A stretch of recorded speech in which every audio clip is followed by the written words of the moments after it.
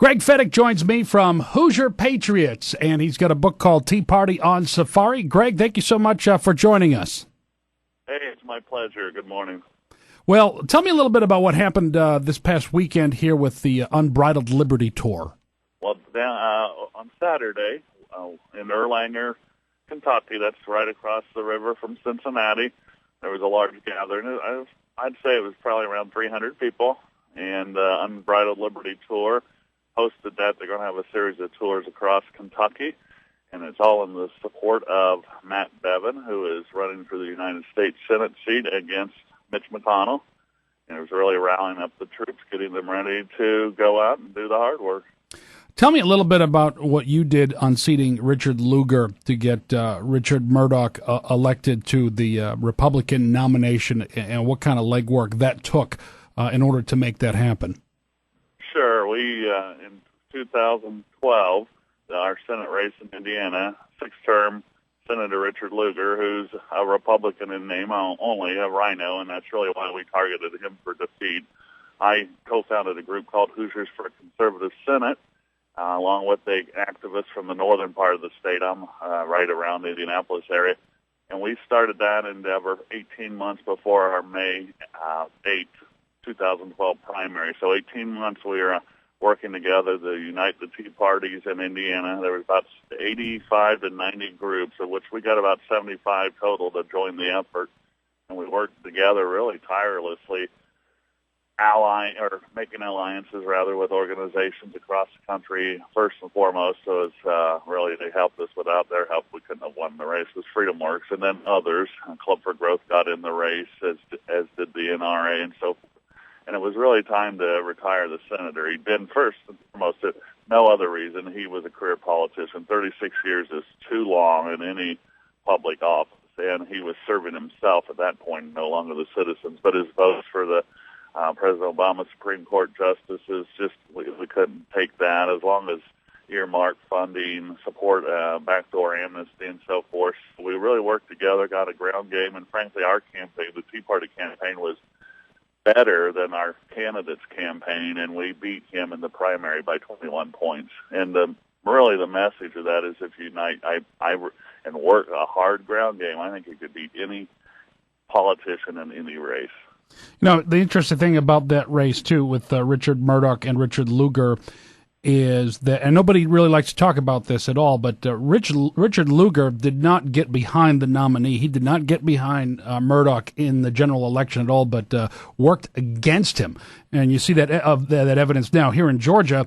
We're finding out that Richard Lugar is spending money on Michelle Nunn's campaign, who is the Democrat running for the open Senate seat in Georgia.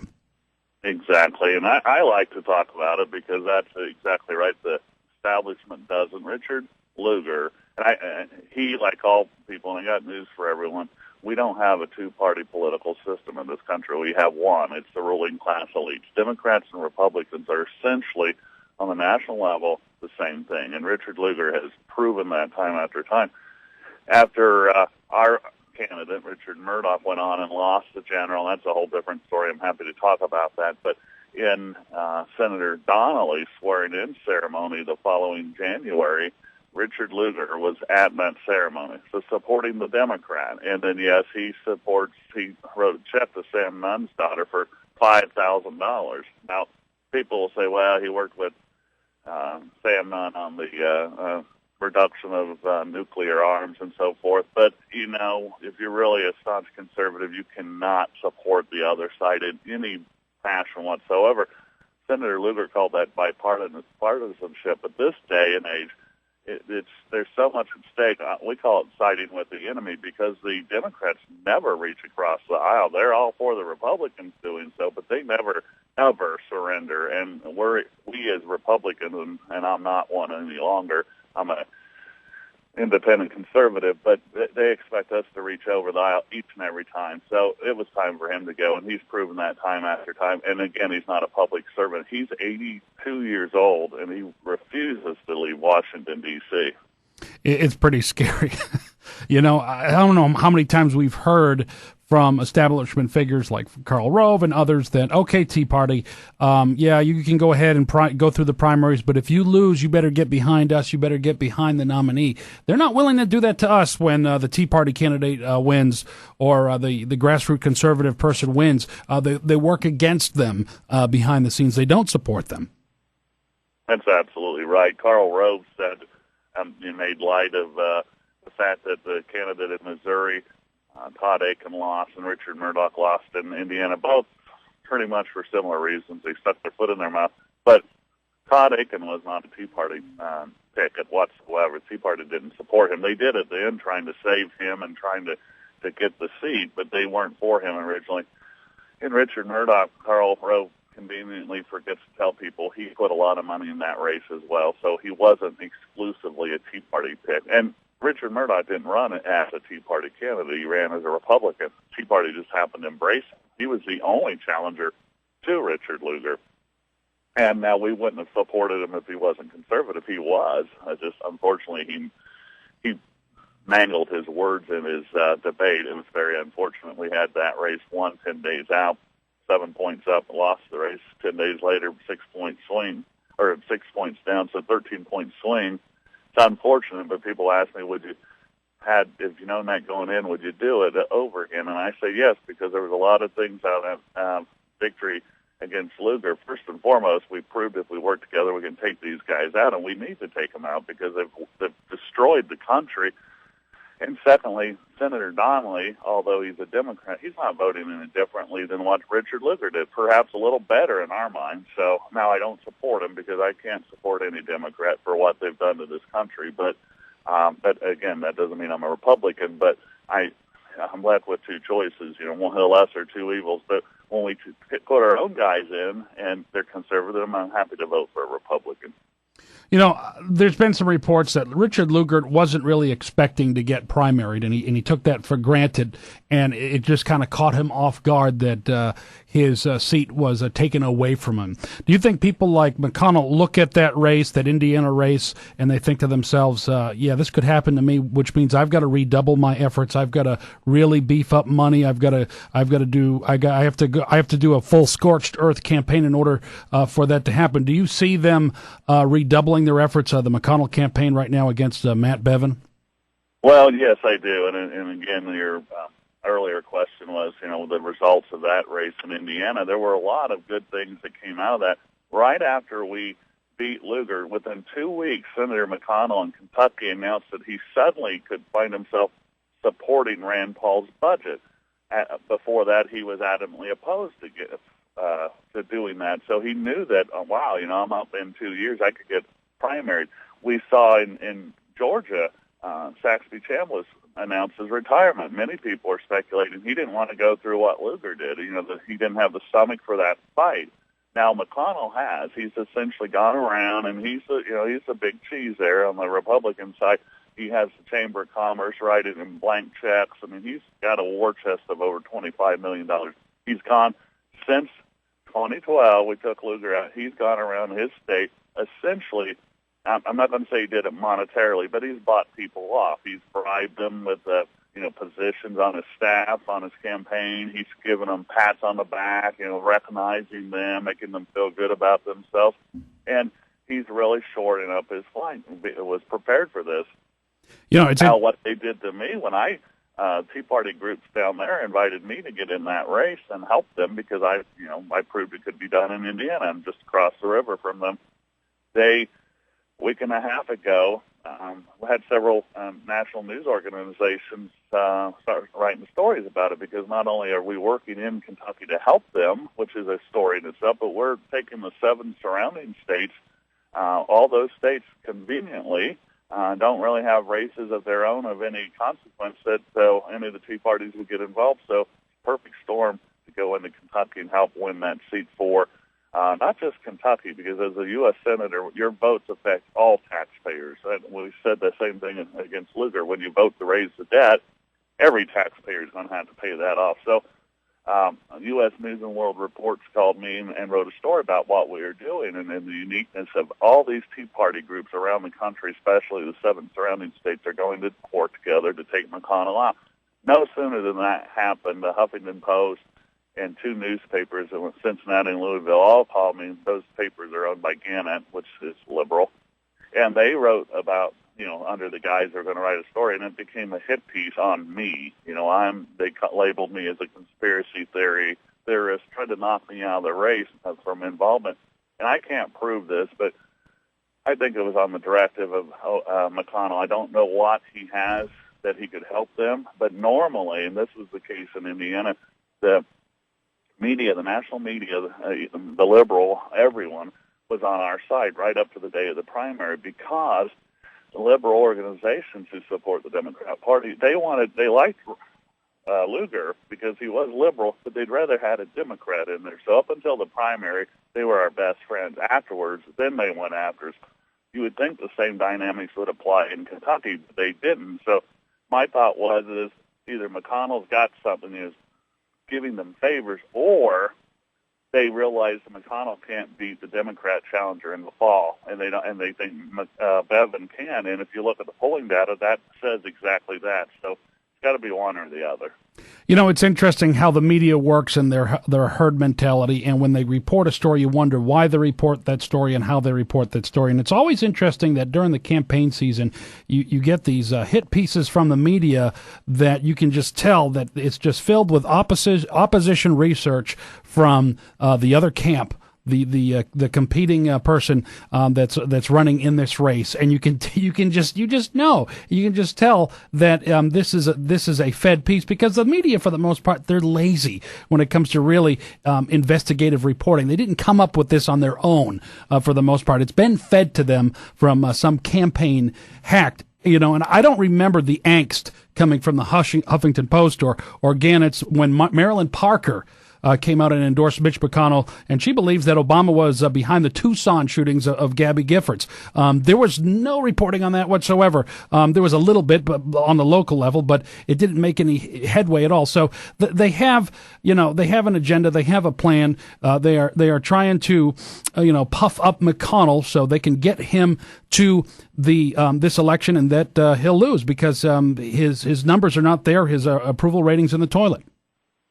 Absolutely, I totally agree with that. And then, you said they don't report. That's the thing. They do not. They're not reporters. They're not even investigative journalists. They're very biased. I have found in my experience, 5 years I've been in the Tea Party, I've done a lot of work with the press and interviews and so forth. There's very few. I mean, I could count them on probably one hand that I've ever come across journalists that were objective and just reported. They write the pieces and slant it towards their agenda, which is totally unfortunate. And it's an odd thing because I've talked about it a lot. You would think, and I've read this a lot in journalism school, when they interview these freshman college students wanting to be journalists and why they want to be journalists, the overwhelming number one response is they want to change the world. Well, journalists are supposed to report on the world, not change. And I suspect they've never taken a history course ever, and that's a shame because if they had, they would realize in the course of history, when you have tyrannical forms of government, which is what we have now, and that's one of the reasons they call me conspiracy theorist. I believe that our president and his party are tyrants.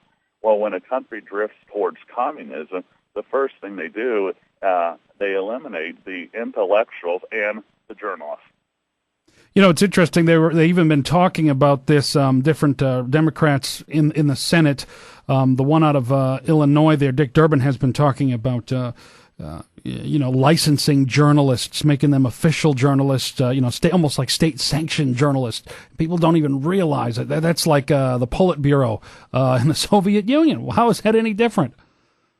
Absolutely, and there aren't that many of them, so what are all the other journalists going to be doing? They won't be around, and that's really unfortunate. And our country as a whole should know its history, because you've heard the often repeated phrase, history has a tendency of repeating itself, and we're following the course of a lot of other civilizations in human history, including the Roman Empire, and it's not going to end up well for our country if we don't make some immediate changes. And Einstein said the definition of insanity was doing the same thing over and over again. And I was asked about that in the Lugar campaign when we targeted him. I said, why would we keep voting him? Why would I vote for him for a seventh time, expecting him all of a sudden to vote differently? It's not going to happen. Same thing applies in Kentucky. Mitch McConnell is happy to be the minority leader of the Senate. He'd rather be the minority leader of the Senate than out of the Senate and the Republicans winning it and somebody else being in it. He's not in it for anyone but himself. It's interesting how they always talk about the establishment always talks about, oh, we need a majority, and we need to win, and that's the biggest thing that matters to them is winning and majority. But what do you do with that majority after you win it? And, even you look back and, okay, so, we took out Lugar, and Murdoch lost because he made some unfortunate statements. And then on top of that, Lugar came out against it. But at the same time, it has advanced the ball forward for conservatism. And that's the biggest thing I see. And you look at the, you look at that, I'm trying to think now. Was it Delaware race with I'm losing my train of thought here. Maybe you can help me out here, yep. Greg. But with the Delaware race where we had the lady that ran there that they were calling her a witch. Yes, against Mike Castle. Yeah, I mean, but even though she lost, we still advanced the conservative ball forward, and I think that's something that matters. No, you're absolutely right, because again, both these parties are essentially one and the same. It is truly the ruling class elites against us. I mean, yeah, I got news for people. There's what I've learned in the 5 years of the Tea Party. All politics, at least on a national level, it's only about two things: power and money. Nothing else. It's not about any ideology. It's about the lust and the maintaining of power and money. Most of these politicians, senators, and House of Representatives, if you look at their net worth, they're worth millions and millions of dollars. Now, how did Mitch McConnell amass a fortune of over $20 million at a $175,000 a year salary? Now, that's just now 30 years ago. He wasn't making $175,000. So that is mathematically impossible. So these guys get favors, and the lobbyists run the country. The U.S. Chamber of Commerce is supporting Mitch McConnell because they want amnesty. Because their members, the big corporations, want cheap, unlimited labor, and they'll get that with the amnesty. So they write checks to Mitch McConnell and others. Now, I was a small business owner for 30 years. The Chamber of Commerce doesn't represent small businessmen and women. They represent mega corporations. I am not anti-capitalist. I'm a staunch capitalist, but this is crony corporatism where the federal government picks winners and losers. And guess what? Most of us are the losers. There's very few winners. It's a pay-to-play racket. Greg, tell us a little bit how you're going to be involved with the Bevin campaign, and what are your plans if you're able to tell us that? Oh, sure. It's really no secret. I'm not going to work directly with the Bevin campaign. They're going to try to employ the same strategy we did in Indiana with a few unique twists because of the nature of the race. But the Bevin campaign will run a campaign like any candidate does, and then we will run a parallel campaign and bring in the 7 surrounding states. I think we could probably, it looks like maybe about 1,000 activists we can put on the ground on weekends and sometimes during the middle of the week to go door to door, place yard signs, build up that name recognition for Matt Bevin, place phone calls. FreedomWorks finally got into this race a little later than I would have liked to have seen them get in, but they're in, and they will support the ground game, and that's supplying us, the Army, with those materials that I spoke of, including phone systems where you can call from home, call people and talk to them about Matt Bevin and encourage them to vote for our candidate and so forth. And if any of your listeners want to participate in that, you can do it anywhere in the country. You get on the FreedomWorks website, freedomworksforamerica.org, jump on that. Now, I don't think they have it loaded yet, but by this coming weekend, they should have everything on that site for helping Matt Bevin. So anyone beyond those states that can't really come in and help us on the ground, you can donate to Matt Bevin's campaign directly. You can donate to FreedomWorks to help them fund us, to give us the materials, or you can make phone calls. There's a lot of things you can do. I recall back in the 2010 season, I'm an activist from Indiana. I wrote a check to Marco Rubio's campaign for $50.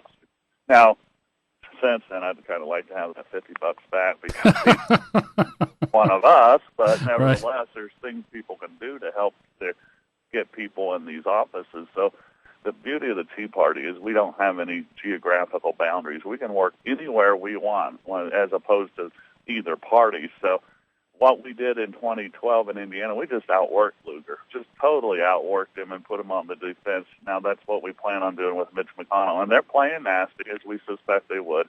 Another little thing I learned in my work with taking out Lugar was that the Republicans are as nasty as the Democrats. I thought, well, they won't play as dirty. They have some ethics and morality, but they don't. I mean, this is all about power. And Senator Lugar's people came after me with bribe attempts, death threats, smear campaign, everything you could think of. Their primary weapon was, and McConnell's doing it too. He's ignored us for a while.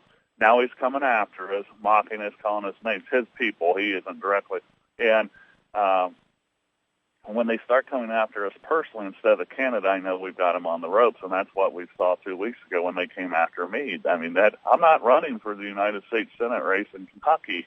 I'm an average, ordinary citizen, and they came after me. They're scared, and they need to be scared because, frankly, the people in this country hold the power. Those guys work for us. We don't work for them, and we've let them as a nation. We let them pervert that and twist it to where we believe we don't have a say, we don't have any power, and that's not true. So everyone works together. We can take out anyone. We could have won the presidency last year against Barack Obama if Mitt Romney hadn't listened to Karl Rove and all these talking heads that don't know anything about reality. Money wouldn't have won that race. Hard work would have, and they didn't work. They listened to guys who said, "Oh, we've got the race won. We'll just run commercials," and that doesn't win elections anymore. You know, it's interesting. I was watching. It's interesting how the media kind of plays it. They do this good cop, bad cop routine, and they come on strong, and then they kind of let off the gas. And you know, on one side, they're coming after you with arrows and just going after you really hard. And then on the other hand, I saw this Huffington Post video on Yahoo News report. They just downplay your significance, and this John Ward, whoever the heck he is, saying, "Oh, I've never heard of him, and I've followed conservative politics for a long time. He's not going to be really this significant." And then they play that on one hand, and then on the other hand, they go after you. They throw the entire kitchen sink at you. But I think the interesting thing about this is that, and you will agree with this too, Greg, is that you are one slice of the pie when it comes to this race. You got freedom. They have McConnell's team has Freedom Works to worry about. They have the Senate Conservatives Fund to worry about. They have Tea Party groups throughout Kentucky and throughout the country to worry about, and all these other different groups that are uniting behind Matt Bevin. So they go after you. Freedom Works is going to get ground, or another group's going to get ground. They can't stop it. No, you're absolutely right, and that's what I tried to tell these guys when they were writing the hit pieces on me. I said, look, you can try to take me out, but the train's already left the station. The strategy has been placed on the train, and the train left. So you take the engineer out, take me out, doesn't matter. The train's still going. It's got too many people helping drive it. It's too late. You should have gone after us 2 years ago and tried to take us out, but they can't take us out because here's the thing. They can mock us, they can smear us, they can lie, but the people, now I will add in Kentucky, one group came out and wrote a press release afterwards. They couldn't take the heat. It was a Tea Party group, and I was very disappointed in it. Behind the scenes, they still support me, but they made a public statement that they're disassociating with me, and I said, you guys, you don't understand.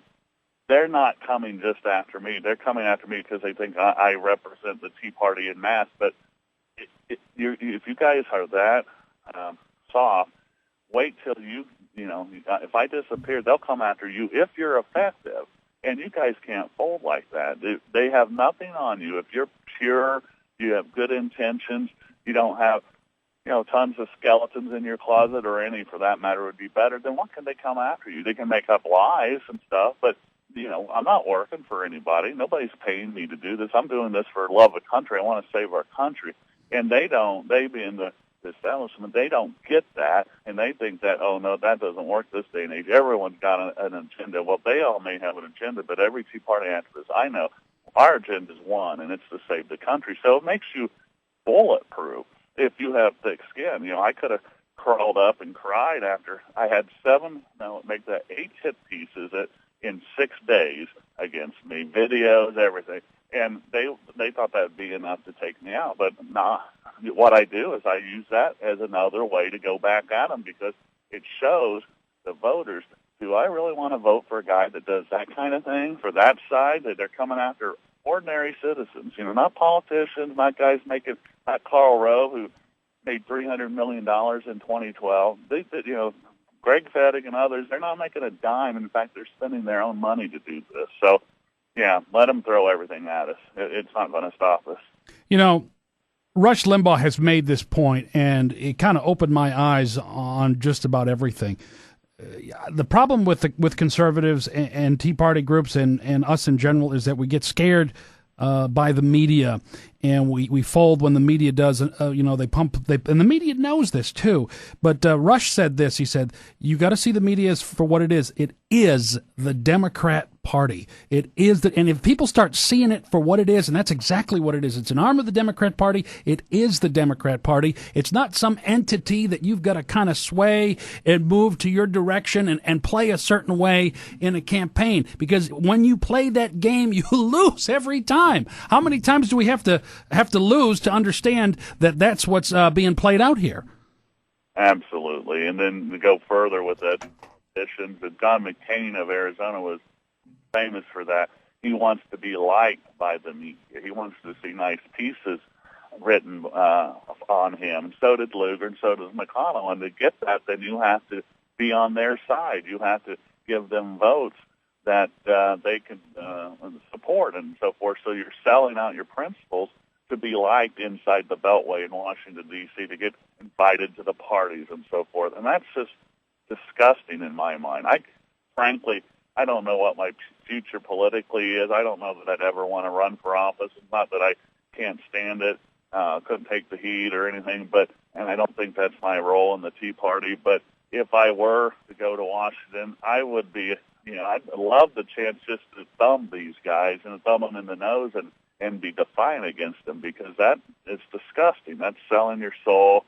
That's being corrupt. These guys, why would you want to go to parties with these guys? I mean, they're the enemy. So, but time after time, we have people that go there, and then I hear this all the time. People, Tea Party, tell me, "Well, how do we get people that we send to Washington from becoming corrupt?" And they go there, like Marco Rubio, and then he sells us out on amnesty. I said, "Here's the deal, guys. You have to understand they lied to you to get elected. They were corrupt before they ever got there. Good, moral, decent, honest men and women who have integrity, that believe in a higher being, they have value system. I think they're beyond corruption. So that's who we need to send to Washington. We got to quit sending these politician types. The best person qualified to run for office is one who has no experience, is not a lawyer, who is just an average person. You'd have much better success with them than you would someone who's got the resume, so to speak, to run. So unfortunately, we don't see that this day and age, because they say, well, they're not qualified. They'll screw up. And Lugar said the same thing about Murdoch. Oh, he doesn't have the experience yet to be a U.S. senator. So what's the experience? You got to be a U.S. senator to be a U.S. senator? It's ridiculous. And that's what the Founding Fathers envisioned. They envisioned a citizen government. And even though, term limits wasn't crafted out in the very beginning during the Declaration of Independence, and when they decided to put the Bill of Rights all together and the Constitution, they did envision, not spending their entire lives in Washington, D.C. That's what they had in mind. You're absolutely right. Citizen servants who came from the public, your area where you lived and worked.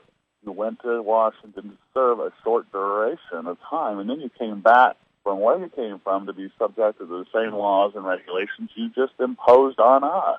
But look what McConnell, Harry Reid, all these guys do. They get Obamacare passed, and McConnell has supported it simply because he's not fought hard enough. He allowed cloture to go through, debate it, and so forth.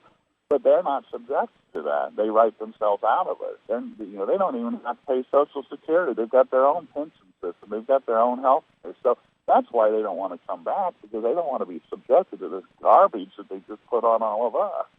And it's totally a perversion of the Constitution and the Founding Fathers. And frankly, we don't have much time left to take this back because we have a president right now that's totally betrayed. I mean, he's illegal in what he's doing.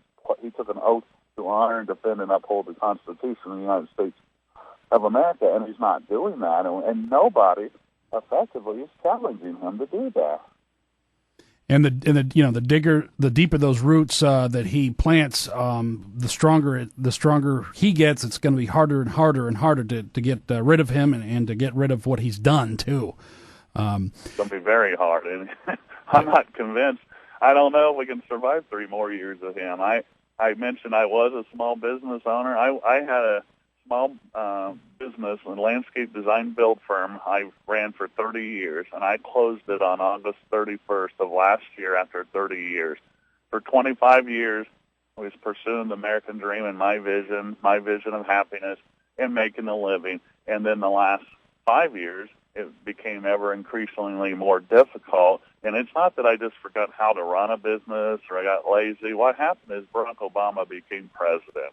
This country is dying. I mean, and right now I'm in a strip mall about 3 miles from my house in a parking lot, and I'm looking at the businesses across the face of the strip mall.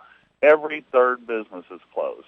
And I come from the most affluent county in Indiana. I travel a lot with my activities in the Tea Party. Been all over the country several times, and most of the time I drive. I prefer to drive. I'm telling you, there's no prosperity in this country. This country is dying.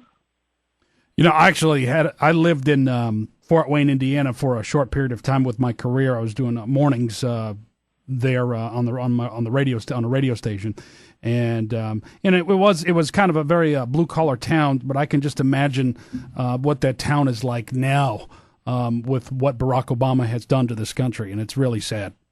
It is, and it's people need to put away the party label. This is not about Democrats or Republicans anymore. It's about America. I equate it to a sports team. Now, I'm near Indianapolis, so I love the Indianapolis Colts. And maybe you guys like the Falcons, whatever your sporting team is. But you follow them come high or low, win or lose, year after year. You just support them. Sometimes you're disappointed, but you keep supporting them. You buy their apparel, you buy tickets to the game, and so forth. But that's not what we need to do with our teams in politics. You know, people always, my mom and dad were Democrats, and so was my grandparents, so I'm a Democrat. Well, use your brain. Same way the Republicans. Use your brain. Our team's lying to it. Our team's playing a rigged game, and we're the ones they're mocking. They're using us to support them, and neither team deserves to be supported. The team we ought to be supporting is the country. So that means look at each party, look at every candidate objectively, and take them out. If they've been in office more than a couple terms, it's time for them to go on both parties. So I was a Republican all my life because my parents were. But frankly, it was George W. Bush's term. Around 2004, I got to thinking, this country is screwed up. Something's not right. And I got to thinking about it. This was before the Tea Party. So I'm no longer a Republican where I'm just going to blindly support them. I'm going to maybe support a Democrat if the opportunity arises that would warrant that. Now, it hasn't because I think they're worse than the Republicans. But then the Tea Party comes along in 2009, and I joined that. But we don't have a lot of time to play that game anymore. My mother's parents, my grandparents were Democrats. So, I'm from a family that has had both supported both parties at one time or another, but it's time to change that because those parties are no longer. Democrat Party is not. It's so far towards Marxism. If you don't believe that, you're just not paying attention. And unfortunately, the Republicans are also left the center line. They're driving towards socialism. So both parties are going the wrong direction. If they were both slightly one way or the other of dead center, then we'd have a good country where they were working on behalf of the country, but they're not. They're working on behalf of their careers. They're making money while everyone else is at expense. The middle class in this country is dying. It's going to be the haves and the have-nots. You just pretty much detailed and articulated the paradigm that we've seen maybe 30 years ago, maybe during Reagan's time, where you're right. I mean, the Democrats were center of left, Republicans were right of center, and they would all work out in the middle and come up with reasonable solutions. But that paradigm is lost now. Democrats are hard left, and Republicans have moved left. And they're pretty much implementing the Democrats' agenda. That's what's going on. There's not a give and take compromise going on right now. That paradigm is lost and it's gone. And people still think that paradigm exists, and it doesn't anymore. No, it really doesn't. And if you think that one party, for example, the Democrat Party's for the little guy, no, they're not. They're not. They're using people to get elected so they maintain power. How many times? Look at the union bosses. They're rich. They're making seven figures. The leaders of the unions across the country who supposedly support the working man. Well, their clientele is not making seven figures, and so much so now that the unions are going to Mitch McConnell to bail them out of Obamacare, because all of a sudden they realize that Barack Obama betrayed them as well, betrayed everybody. Well, now they're going to a Republican to bail them out. I mean, how ironic is that? So it's a free for all. They're getting everything. The leaders, the union leaders, the Democrat Party, the leaders of the Republican Party. It's all of them in bed together against the rest of us. So it's time for people to really wake up, because we don't have much longer. If the country collapses, we are all going to be in the same ship, and that ship is sinking. So it's don't pit your neighbor against each other. Start talking about politics. If they don't want to hear it, or they're not your friends anymore, so be it. It's not time. This is not child's play. This is going to end badly for everybody. Democrat, Republican, rich, poor, everybody. And I have seen everybody in this movement across all segments of society in the Tea Party, regardless of their color, their religious background, their party affiliation. I'm seeing more and more people finally saying, "What can we do?" And I say, "Hey, welcome to the party. It's about time you got here." But I'd rather them do it now than not at all. But still, if you think about who's paying attention to this country from a citizen's standpoint, I bet it's 10% of the people, and that's just not enough. I mean, we've got to get rid of all these guys in office and put some new guys in. We have to quit spending. We're spending ourselves into oblivion. The country will collapse. You cannot pay $17.3 trillion back, and it makes our value of our dollar worse. What would happen if the dollar collapses today or tomorrow? What would happen to society? I ask people to think about that. What would you do? And you'd be amazed at what the look on their faces. Like, what are you talking about? Not even if it does. It collapses. So, well, we'd have to work hard. No, there wouldn't be a country, as you know. There would be nobody going to work because there's nobody getting paid. Their lights aren't going to come on anymore. There's not going to be gasoline. There's not going to be food. There's not going to be water. There's not going to be anything except chaos. I've heard it said. Happen. Getting back to the to this race here, I've heard it said that if you take out the Queen, the Rook and the other power pieces on the board are doomed. Do you see if McConnell is taken out? Do you see a domino effect with other people like Lindsey Graham, Boehner, and other top establishment Republicans in leadership right now? Well, I do in a different way. Now, Graham, if he wins, so he's got 6 more years till his next election, so he won't change. He won't have to.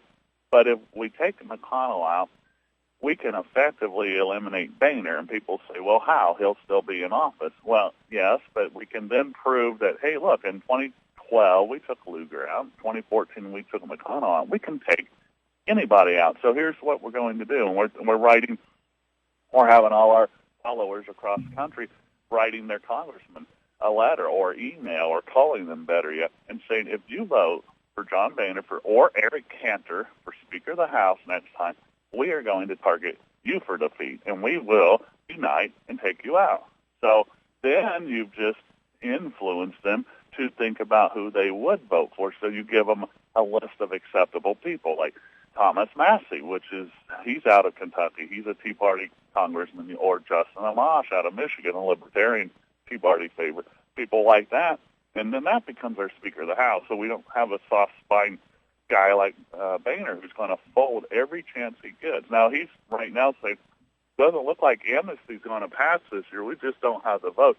Well, we might get border enforcement, and we might get, well, if they've been here a long time and they've been in the military, we might grant them some form of citizenship. So he's playing this for fools. They're going to pass amnesty in pieces. They'll still do it. You mark my words. This year they're going to do it. So we have to get rid of these guys.